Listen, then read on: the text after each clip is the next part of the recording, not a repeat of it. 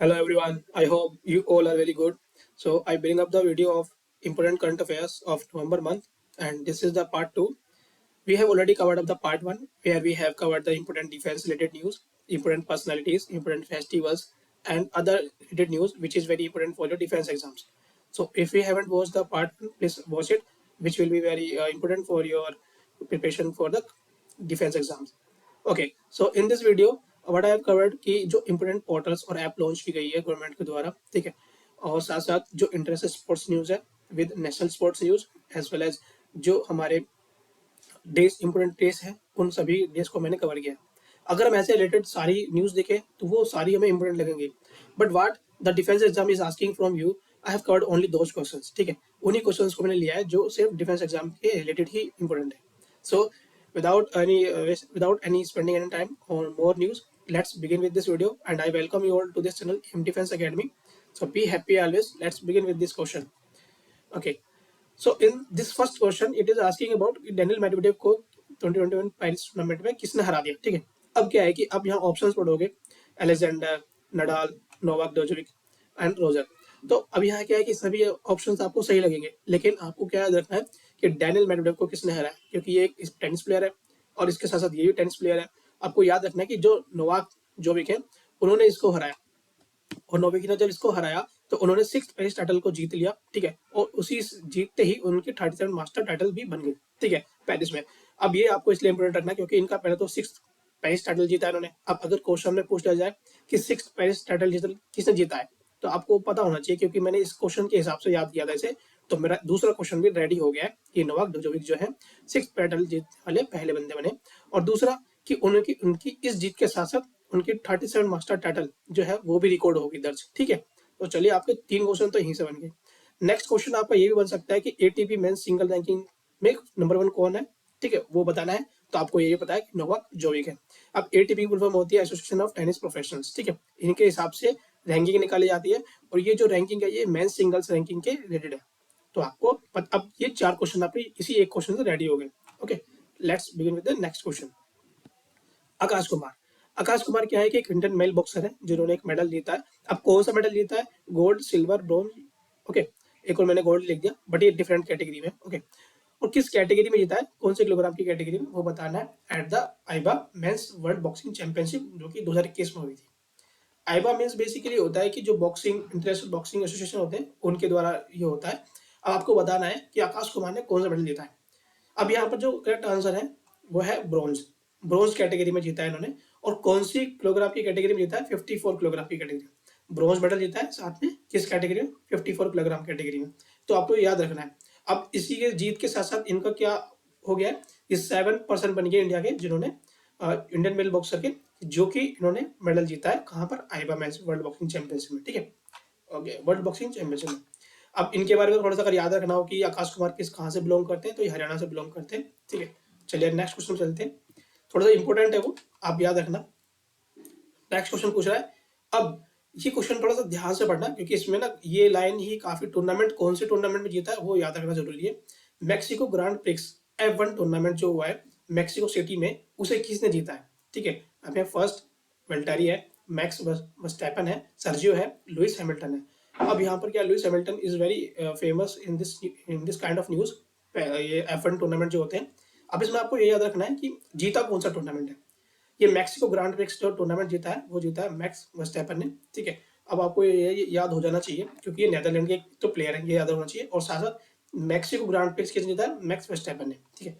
अभी मैं आगे और क्वेश्चंस लिखाऊंगा तो आपको समझ में आ जाएगा कि कैसे याद करना है, ठीक है। चलिए अब यहाँ पर एक क्वेश्चन बताना है। ये क्वेश्चन पूछ रहा है, identify the chess player who recently in November 2021 became the 71st grand master of India.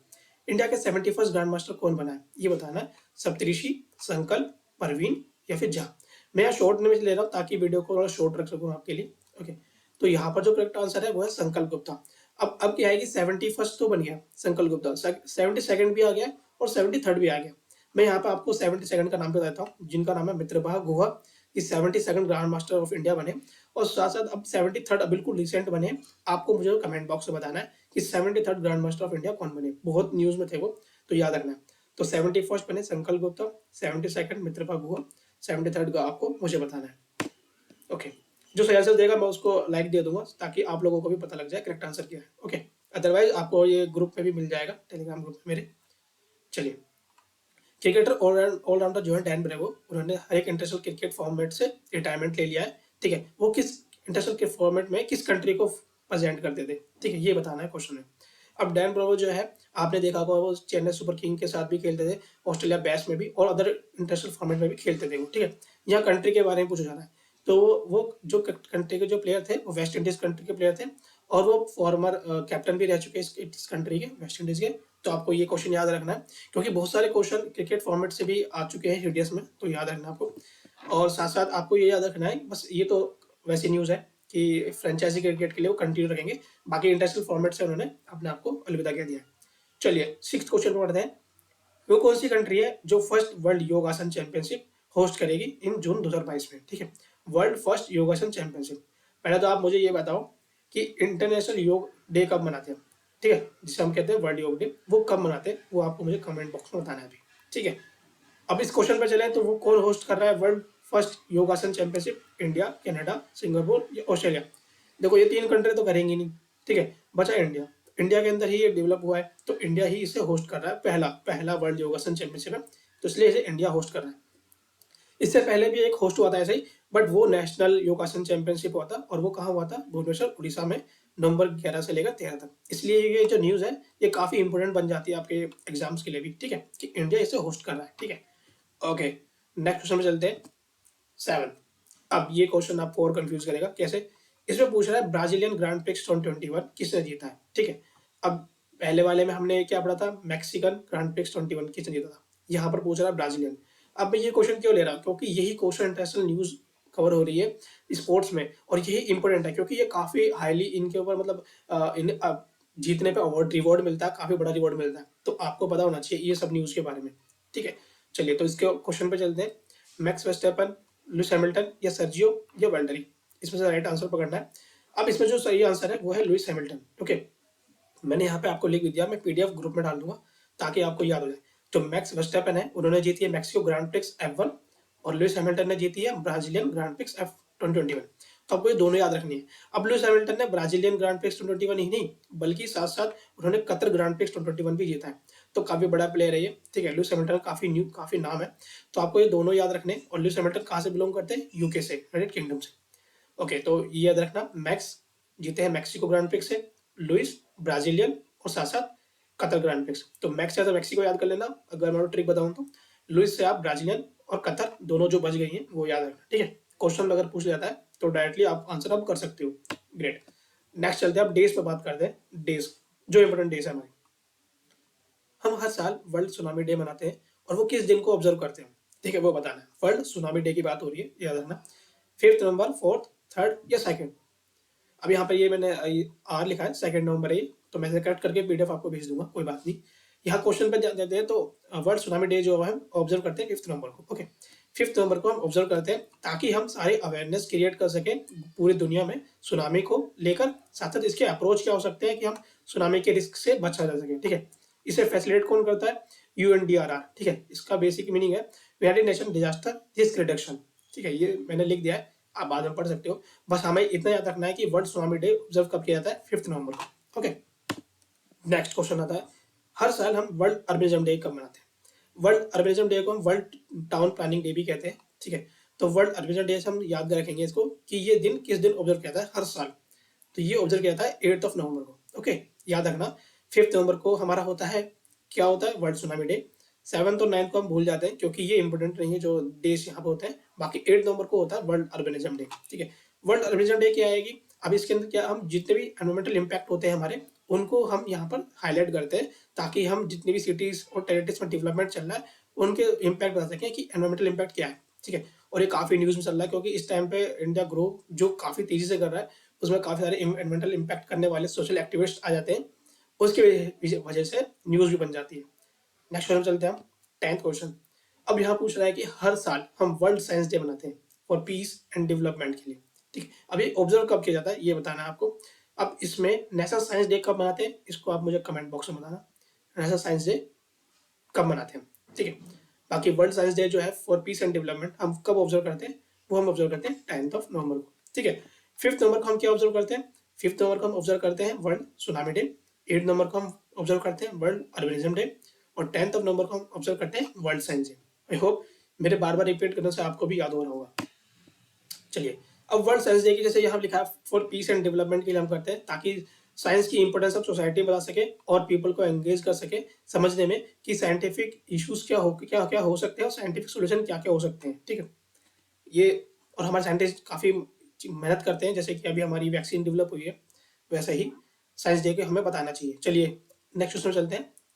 11th question, जनजातीय गौरव दिवस बताना है, जिसे हम इंग्लिश में कहते हैं ट्राइबल प्राइड डे, और इसे हम ऑब्जर्व करते हैं पूरी इंडिया के अंदर। ठीक है, आपको ये पता होगा कि जनजातीय गौरव दिवस जो है वो हम बिरसा मुंडा की बर्थ एनिवर्सरी पर मनाते हैं। अब ये किस दिन मनाया जाता है वो बताना हमें, 10th, 9th या 13th। 10th नंबर को तो हमें पता है कि 10th नंबर को हम क्या मनाते हैं, क्या मनाते हैं? World science day. Okay, 9th नवंबर को हमें इंपॉर्टेंस नहीं है, 13th नंबर को हमारा इंपॉर्टेंट नहीं है। 15th नवंबर को हम क्या मनाते हैं? 15th नंबर को हम और भी बहुत कुछ मनाते हैं, लेकिन यहाँ पर एग्जाम से रिलेटेड अगर हम जाने तो जनजातीय गौरव दिवस को हम 15 नवंबर को मनाते हैं हर साल। ओके, तो याद रखना। और ये हम क्यों मनाते हैं ये भी यहाँ पर क्वेश्चन में लिखा हुआ है, लेकिन आपको क्या याद रखना है कि हम इस दिन अमर शहीद भगवान बिरसा मुंडा की बर्थ एनिवर्सरी को मनाते हैं, जिन्होंने ब्रिटिश हुकूमत के खिलाफ लड़ाई की थी। ठीक है, चलिए ये बहुत इंपॉर्टेंट क्वेश्चन था लास्ट वाला। अब हम 12th क्वेश्चन पे आते हैं। ठीक है, अब ये जो है मैंने पॉलिटी की जो लास्ट क्लास कराई है पार्ट 2, उसमें मैंने सीएजी के बारे में और अदर पॉलिटिकल सिस्टम के बारे में सारे क्वेश्चंस लेके आया था, जो काफ़ी इंपॉर्टेंट है। ठीक है, वो आपने अगर वीडियो नहीं देखी वो जाके आप वीडियो देखना, कंप्लीटली उसे देख लेना। ठीक है, चाहे आप स्पीड प्लेबैक स्पीड को बढ़ा लेना, लेकिन बट समझ लेना सारे क्वेश्चन बहुत इंपॉर्टेंट है वो। ठीक है, इस क्वेश्चन पर आए तो इसे पूछ रहा है कि फर्स्ट ऑडिट दिवस मनाया गया था। अब आपको इसमें स्टेटमेंट पकड़नी है और उसके हिसाब से आंसर देना है। अब अगर हर स्टेटमेंट को हम देखें तो 3 क्वेश्चन हमारे बन जाएंगे। ठीक है, तो अब उसके आंसर देखते हैं। पहले स्टेटमेंट क्या कह रही है, जो सीएजी जो है उनका जो फर्स्ट ऑडिट दिवस है वो हमने 16 नवंबर 2021 को मनाया था। ये क्या बोल रहा है? पहला ऑडिट दिवस। पहला ऑडिट दिवस होता क्या? ये स्टेटमेंट ऐसा पूछ रहा है। सेकंड, हम ये इसलिए मनाते हैं ताकि हम सीएजी की हिस्टोरिक ओरिजिन का इंस्टीट्यूशन को सेलिब्रेट कर सके, और साथ साथ जो सीएजी का जो कंट्रीब्यूशन है गवर्नेंस के टूवर्ड्स ट्रांसपेरेंसी लाने में और अकाउंटेबिलिटी करने में काफ़ी मददगार है, तो वो इसलिए सेलिब्रेट करते हैं कि हम ये पूछ रहा है अभी। सी बोल रहा है कि जो सीएजी है वो एक कॉन्स्टिट्यूशनल अथॉरिटी है ना, और किसके अंडर डाली गई है? Article 148 of the constitution of India के अंडर इसे हमने स्टैब्लिश किया है। तो ये ऑप्शन स्टेटमेंट यहाँ दे दिए, 3 क्वेश्चन बन गए। इसमें से पूछा सही कौन कौन सा है। अगर हम आंसर पे जाएं तो fourth option is the correct answer, all A B and C तीनों ही सही है। अब ये क्यों? क्योंकि पहला जो ऑडिट दिवस है वो हमने पिछले साल ही मनाया है 16 नवंबर 2021, इसलिए काफी इंपॉर्टेंट होता है पहला ऑडिट दिवस। ठीक है, सेकंड क्वेश्चन क्या बोल रहा है कि जो हम ये सेलिब्रेट करते हैं वो हम सीएजी की इंस्टीट्यूशन की हिस्टोरिक ओरिजिन को मनाने के लिए, साथ साथ उन्होंने जो कंट्रीब्यूशन दिया है गवर्नेंस को बनाए रखने में, ट्रांसपेरेंसी लाने में, अकाउंटेबिलिटी रखने में गवर्नमेंट को, कि उन्होंने क्या खर्चा किया क्या नहीं, कहा पूरा कंप्लीट ब्यौरा, इसके बारे में और जानना है तो पॉलिटी में जो मैंने अभी पार्ट 2 लिखा है उसको आप दोबारा एक बार देख लेना वीडियो को। ठीक है, नेक्स्ट लास्ट सी ऑप्शन क्या बोल रहा है कि सीएजी को हमने article 148 of the constitution of India के अंदर स्टैब्लिश किया। हाँ, ये भी सही है। तो तीनों ही ऑप्शन बिल्कुल सही है। So all B and A B and C बिल्कुल सही है। बाकी मैंने एक्सप्लेनेशन लिख दिए, पीडीएफ आप देख लेना। नेक्स्ट क्वेश्चन बोल रहा है, अब पोर्टल की बात करते हैं। ठीक है, ये पोर्टल पूछ रहा है कि सिविल एविएशन मिनिस्ट्री ने नवंबर 2021 में एक सिंगल विंडो प्लेटफॉर्म का पोर्टल लॉन्च किया था। ठीक है, इंडियन एविएशन सेक्टर के अंदर। अब आपको बताना है कि वो सही आंसर क्या है। अब ई एपी है, ई गरुड़ है, या ई जीसी है, या E U I D A आई है। अब जैसे आपने यू आई डी ए आई का नाम पहले भी सुना होगा, इसकी फुल फॉर्म अगर आपको पता है तो उसको लिख के मुझे कमेंट बॉक्स में बताओ। बाकी ये जो है ये आधार के लिए यूज होता है, ये वाला यू आई डी आई जो अथॉरिटी है। जीसीए से अगर हम समझे तो इससे समझ में आ जाएगा गवर्नेंस ऑफ सिविल एविएशन करके कुछ बन सकता है। तो ऐसे अगर आप समझोगे, चीज़ों को एलिमिनेट करोगे तो आपको समझ में आ जाएगा। सो इसके करेक्ट आंसर की बात करूँ तो third answer is the correct answer. तो जीसीए की बात कर रहा है तो मतलब governance of director general of civil aviation. ठीक है, ये इसकी फुल फॉर्म है। बाकी ये सिंगल विंडो प्लेटफॉर्म प्रोवाइड करता है इंडियन एविएशन सेक्टर के अंदर, ताकि एफिशिएंसी भी आ सके और नेटवर्क में ट्रांसपेरेंसी भी आ सके। ठीक है, तो अब आपको पता लग गया वो पोर्टल कौन सा है, ईजीसीए पोर्टल है। अब मैं अगर आपको सिविल एविएशन के डायरेक्टर जनरल के बारे में बताऊं तो उसके जो डायरेक्टर जनरल है वो अरुण कुमार है। इसका हेडक्वार्टर कहाँ है? न्यू दिल्ली में। दोनों ही इंपॉर्टेंट है, दोनों में से कोई सा भी क्वेश्चन पूछ सकता है, पोर्टल के बारे में भी या इसका हेडक्वार्टर कहाँ है। ठीक है। अगर जनरली पूछना होगा एफकेट में तो हेडक्वार्टर के ऊपर ही पूछ लेगा वो कि सिविल का हेडक्वार्टर कहाँ है। चलिए नेक्स्ट क्वेश्चन पे चलते हैं। अब ये पूछ रहा है क्वेश्चन कि वो कौन सी मिनिस्ट्री है जिन्होंने आजादी का अमृत महोत्सव लॉन्च किया है मोबाइल ऐप। ठीक है, अब मोबाइल ऐप पे आ गए हम। पहले हमने पोर्टल के बारे में बात की थी। ठीक है, जिससे हम सारी इन्फॉर्मेशन एक्टिविटी या इवेंट के बारे में पता लगा सकें। किस इवेंट के बारे में? 75th anniversary celebration of India independence. ठीक है, इसके बारे में पता लगा सके। और वो कौन सी मिनिस्ट्री है उसका आंसर देना है। मिनिस्ट्री ऑफ एजुकेशन है, कल्चर है, टूरिज्म है, या इन्फॉर्मेशन एंड ब्रॉडकास्टिंग। आपको पता होगा ministry of information and broadcasting जो है वो सारी सारी जितनी भी हमारी एक्टिविटी होती है उनको पब्लिश करती है। ठीक है, in the return form as well as in the video form. But यहाँ पर बात हो रही है कि एक मोबाइल ऐप को लॉन्च किया गया। ठीक है, और इसका जो करेक्ट आंसर होगा वो होगा मिनिस्ट्री ऑफ कल्चर, क्योंकि मिनिस्ट्री ऑफ कल्चर ही इसको प्रमोट कर रहा है। करेक्ट आंसर बताओ तो ऐसे एलिमिनेट नहीं कर सकते, बट चीज़ों को बता रहा हूँ। टूरिज्म जो है टूरिज्म डेवलप करने के लिए है, उसके लिए अलग अलग एक्टिविटीज कराई जाती हैं। बट यहाँ मोबाइल ऐप की बात की जा रही है इसलिए मैंने नहीं लिया। ऐसी मिनिस्ट्री ऑफ एजुकेशन जो है एजुकेट करती है, ठीक है, लोगों को, और काफी एजुकेशन के पर्पज में पॉलिसीज आती हैं। पर यहाँ पर करेक्ट आंसर है मिनिस्ट्री ऑफ कल्चर, जो कल्चर को डेवलप कर रहा है by providing information activities and event through the mobile app. Okay, so this is what I try to have you help you in understanding this question. अब यहाँ पर जो है मैंने आपको पॉलिटी में पार्ट 2 में बताया अभी, अगर आपने वीडियो नहीं देखी देखना, जिसमें मैंने बताया कि जो हमारी काउंसिल ऑफ मिनिस्टर्स होते हैं उसके अंदर 3 पार्ट होते हैं। ठीक है, कैबिनेट मिनिस्टर, साथ साथ मिनिस्टर ऑफ स्टेट और डेप्यूटी मिनिस्टर। अब यहाँ पर मिनिस्टर ऑफ स्टेट लिखा है मीनाक्षी लेखी, जो कि मिनिस्ट्री ऑफ कल्चर और नेशनल अफेयर्स दोनों ने मिलकर लॉन्च किया है ये एप्लीकेशन। ओके, चलिए नेक्स्ट क्वेश्चन चलते हैं। अब ये पूछ रहा है क्वेश्चन, एशियन डेवलपमेंट बैंक का हेडक्वार्टर कहाँ है। ये मैंने लास्ट वीडियो में भी आपसे पूछा था और बहुत लोगों ने सही जवाब दिया था। इसका करेक्ट आंसर है मनीला, फिलीपींस। ओके, नेक्स्ट चलते हैं।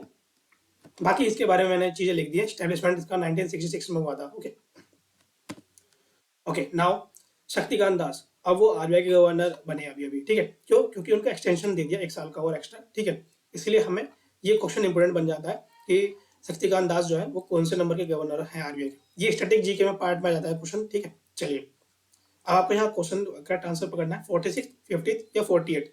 अब जो इसका करेक्ट आंसर है वो है 25th। ठीक है, 25th गवर्नर है हमारे आरबीआई के शक्तिकांत दास। ठीक है, आज का हेडक्वार्टर की बात करूं तो ये मुंबई में है और इसकी फाउंडेशन कब रखी गई थी? अप्रैल 1935 में। तो आपको ये याद रखना है 1935 में ब्रिटिश रूल के अंडर ही इसका इस्टेब्लिशमेंट हुआ था आरबीआई का।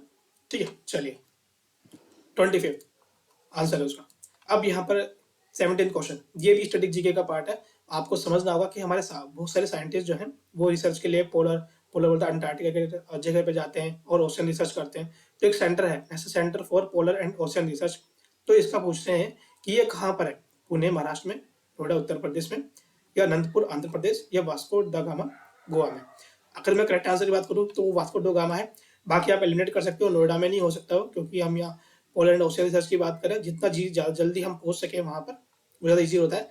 और ये एक लैंडलॉक्ड स्टेट है इस टाइम पे नोएडा, तो हम मतलब ओशन से कोई इसका लेना देना नहीं है, तो इसलिए हम यहाँ से एलिमिनेट कर सकते हैं। बाकी करेक्ट आंसर इसका वास्को ड गामा गोवा है, 4th ऑप्शन। ठीक है, तो ये याद रखना है आपको। 18th क्वेश्चन चलते हैं। National sports day. ठीक है, कब हम नेशनल स्पोर्ट्स डे को एनुअली सेलिब्रेट करते हैं इंडिया के अंदर? इंडिया के अंदर नेशनल स्पोर्ट्स डे की बात चल रही है। World sports day, international sports day अगर आपको पता है तो वो भी मुझे करंट कमेंट से बताओ, ताकि मैं जान सकूँ कितने लोग अभी ये जो करंट अफेयर आप प्रिपेयर कर रहे हो कितने लोग जानते हैं। इस क्वेश्चन की बात करें तो इसका करेक्ट आंसर है इसका 20th अगस्त। 20th अगस्त को हम नेशनल स्पोर्ट्स डे मनाते हैं। वो भी किसकी बर्थ एनिवर्सरी पे? लेजेंड, जो हॉकी के जो लेजेंड प्लेयर थे हमारे मेजर ध्यानचंद, उनके पे। ठीक है, मेजर बाद में उनके लगाया गया था। वो मेजर वैसे कैप्टन रैंक में नहीं थे, but he is the good player, so उनको नाम दिया गया था मेजर। चलिए 19th क्वेश्चन पे चलते हैं। इन अक्टूबर 2021 अडानी ग्रुप जो है, अभी देखो ये जो न्यूज़ है ये न्यूज़ हमारे किसी काम की नहीं है। ठीक है, बट हमें इसमें पता क्या लगाना है, वो पता लगाना है। ये पहले मैं एक बार रीड कर देता हूँ। अडानी ग्रुप ने जयपुर इंटरनेशनल एयरपोर्ट जो है, एयरपोर्ट अथॉरिटी ऑफ इंडिया, जो कि सारे एयरपोर्ट्स के जितने भी देना है या लेना है या जो भी ट्रांजेक्शन हो रहा है सारा कुछ कंप्लीटली उसे एयरपोर्ट अथॉरिटी ऑफ इंडिया देखता है। तो वो लीज पीरियड पे दिया फॉर 50 ईयर्स इसको, अडानी ग्रुप को। ये न्यूज़ हमारे किसी काम की नहीं है, but we need to know कि एयरपोर्ट अथॉरिटी ऑफ इंडिया जो है उसके बारे में जानना का बहुत जरूरी है। पहले तो इसका एस्टेब्लिशमेंट कब हुआ था, मैं करेक्ट आंसर पे लेके चलता हूँ सीधा आपको। इसका जो एस्टेब्लिशमेंट हुआ था वो 1995 में एस्टेब्लिशमेंट हुआ था। ठीक है, आपको ये याद रखना है कि ये एस्टेब्लिशमेंट कब हुआ था, बस। और कुछ इससे एक्स्ट्रा न्यूज़ नहीं रखनी कि अडानी ने क्या क्या क्या नहीं। अब ये लास्ट क्वेश्चन है बट वेरी इंपॉर्टेंट। ठीक है, अभी हम नवंबर 2021 तक की बात कर रहा हूँ मैं बस, ठीक है, और क्योंकि ये हम नवंबर करंट अफेयर प्रिपेयर कर रहे हैं इसलिए। बाकी कुछ चेंज हुआ तो आप you can let me know, ठीक है। ला गणेशन जो है वो गवर्नर बने हैं किस स्टेट के, किस स्टेट के गवर्नर बने, मणिपुर के, तेलंगाना के, या तमिलनाडु या हरियाणा के। करेक्ट आंसर जो है वो है मणिपुर। मणिपुर में जो है ला गणेशन जो है गवर्नर बने। बाकी मैं बता दूं, तेलंगाना के जो है तमिलिसाई सुंदरचन है, ठीक है, और तमिलनाडु के आर एन रवि, रविंद्र नारायण रवि, ये गवर्नर है इनके तमिलनाडु के। बाकी हरियाणा के बने हैं बंदारू दत्तात्रेय, ठीक है। और बाकी ये सब आप याद कर लेना, ठीक है। अगर मैं ग्रुप पे भी आपसे पूछूं तो आपको याद होना चाहिए ये वीडियो देखने के बाद भी, ठीक है। आप इसे रिवाइज भी कर सकते हो। मणिपुर के है ला गणेशन, तेलंगाना के है तमिलिसाई सुंदरराजन, तमिलनाडु के आर एन रवि, हरियाणा के हैं बंदारू दत्तात्रेय। तो ये सारे क्वेश्चन हो गए। मणिपुर से कुछ रिलेटेड चीजें जाने तो उसका डांस फॉर्म आपको पता होना चाहिए, क्योंकि एफकेट में सीडीएस में डायरेक्टली पूछ लेते हैं। तो डांस फॉर्म क्या है वहाँ पर, ये फेमस सिमलान डांस है, नूपापाल डांस है, थांगता डांस है। ये तीनों डांस जो है मणिपुर के काफी फेमस डांस फॉर्म है, तो याद रखना, ठीक है। ओके, अब चलते हैं आपके होमवर्क के क्वेश्चंस के ऊपर, ठीक है। इन्हें जरूर बताना मुझे मुझे कमेंट बॉक्स में चाहिए, जो वीडियो के लास्ट कमेंट बॉक्स होता है वो, ठीक है। तो अभी आपको बताना है क्वेश्चन कि जो यूनियन मिनिस्टर है, जो मिनिस्ट्री ऑफ आयुष की रिस्पॉन्सिबिलिटी लेते हैं, मतलब उसको हैंडल करते हैं, वो कौन है इस टाइम पे। प्रहलाद जोशी, नारायण तत्तुराने, या सर्बानंद सोनोवाल, या नरेंद्र सिंह तोमर। इनमें इन चारों में से कौन से है वो करेक्ट आंसर, ठीक है, वो बताना है एक तो मुझे। अभी मैं आंसर ही बताने वाला था आपको वैसे, बट कोई बात नहीं, आप मुझे कमेंट बताना। बाकी करेक्ट आंसर तो मैं डाल ही दूंगा ग्रुप में, ठीक है, पोल के थ्रू। चलिए नेक्स्ट क्वेश्चन है नीति आयोग। नीति आयोग के बारे में सुना होगा आपने, ये हमने पॉलिटी में भी डिस्कस किया था कल। थिंक टैंक है इंडिया का, तो इंडिया की पॉलिसी का थिंक टैंक लिखा हुआ है, ठीक है। अब यहाँ बताना है टी क्या स्टैंड करता है नीति में, ठीक है, नीति में। अब आपको करेक्ट आंसर चूज करना है और बताना है मुझे कमेंट बॉक्स में। So let me end this video now, and I hope you all prepare very well, and Jai Hind to all.